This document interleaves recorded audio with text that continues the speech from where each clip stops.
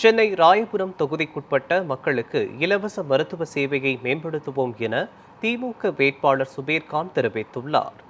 அவருடன் நமது செய்தியாளர் லட்சுமணன் பழனி நடத்திய கலந்துரையாடலை தற்பொழுது பார்க்கலாம்.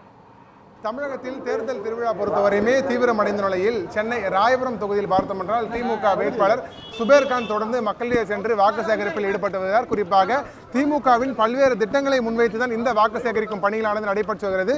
இது குறித்து வேட்பாளர் நம்மிடம் அவரிடம் கேட்டு தெரிந்து கொள்ளலாம். சார் வணக்கம். இப்போ தொடர்ந்து பல்வேறு திட்டங்களை குறித்து தான் நீங்கள் வேட்பாளர் வாக்கு சேகரித்து வரீங்க. பொதுமக்களுடைய வரவேற்பு எந்த அளவுக்கு இருக்குன்னு நினைக்கிறீங்க? பொதுமக்களிடையே உங்களுக்கு இப்போ அமோக வரவேற்பு சார். திராவிட மாடல் ஆட்சியில் செய்யக்கூடிய செஞ்ச திட்டங்கள் தான் இன்றைக்கி மக்களோட ஃபேஸில் எங்களால் பார்க்க முடியுது. ஒரு இடத்துலையும் ஒரு மக்களும் சரி, பலதரப்பட்ட மக்களுமே அவங்க சொல்கிற ஒரே விஷயம் அதை திராவிட மாடல் செய்த சாதனைகளை பிரதிபலிப்பு தான் நாங்கள் பார்க்க முடியுது.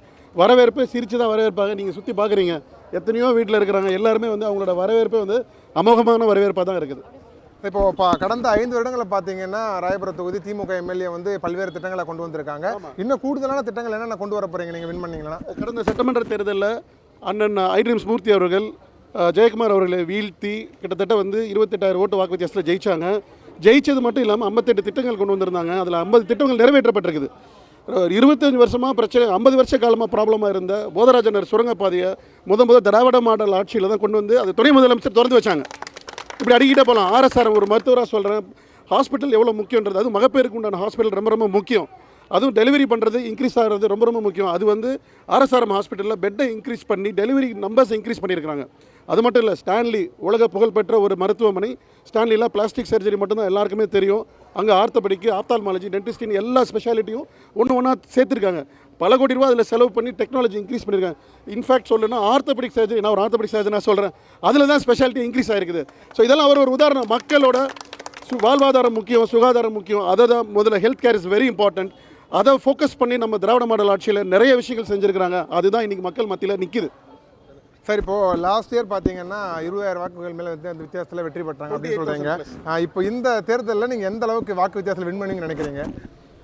எனக்கு கவுண்ட் சொல்ல வேணாங்க. செஞ்சது எங்கள் தலைவர் சில விஷயத்தை சொல்லிட்டு செய்வார், சிலதை சொல்லாமல் செய்வார். நாங்கள் சொல்லாமல் இந்த இடம் செய்ய போகிறோம். பாருங்கள், மக்கள் வேறு மாதிரி ஆதரவு கொடுக்க போகிறாங்க. நாங்கள் பார்க்குறோம், நீங்களும் களத்தில் பாருங்கள். இளைஞர்களுக்கு பொறுத்தவரை எந்த அளவுக்கு முக்கியத்துவம் கொடுப்பீங்க நீங்கள்? இப்போ இளைஞர்களுக்கு பொறுத்தவரை எந்த அளவுக்கு முக்கியத்துவம் கொடுப்பீங்க? இளைஞர்கள் தாங்க வருங்காலம். திமுக இன்னைக்கு எங்கள் தலைவர், கழக தலைவர் இருக்கிறாங்க, முதலமைச்சர் இருக்காங்க. இளைஞரணியில் ஆரம்பித்தவர் தான். அவர் ஆரம்பித்தது தான் இன்றைக்கி இளைஞரணி தான் இன்றைக்கி கழக தலைவராக உயர்ந்து நிற்கிறாரு. ஸோ இளைஞர்களுக்கு தான் என்றைக்குமே முக்கியம். ஸோ இளைஞர்களுக்கான திட்டங்கள் நிறையா திராவிட மாடலில் நடந்துக்கிட்டு இருக்குது.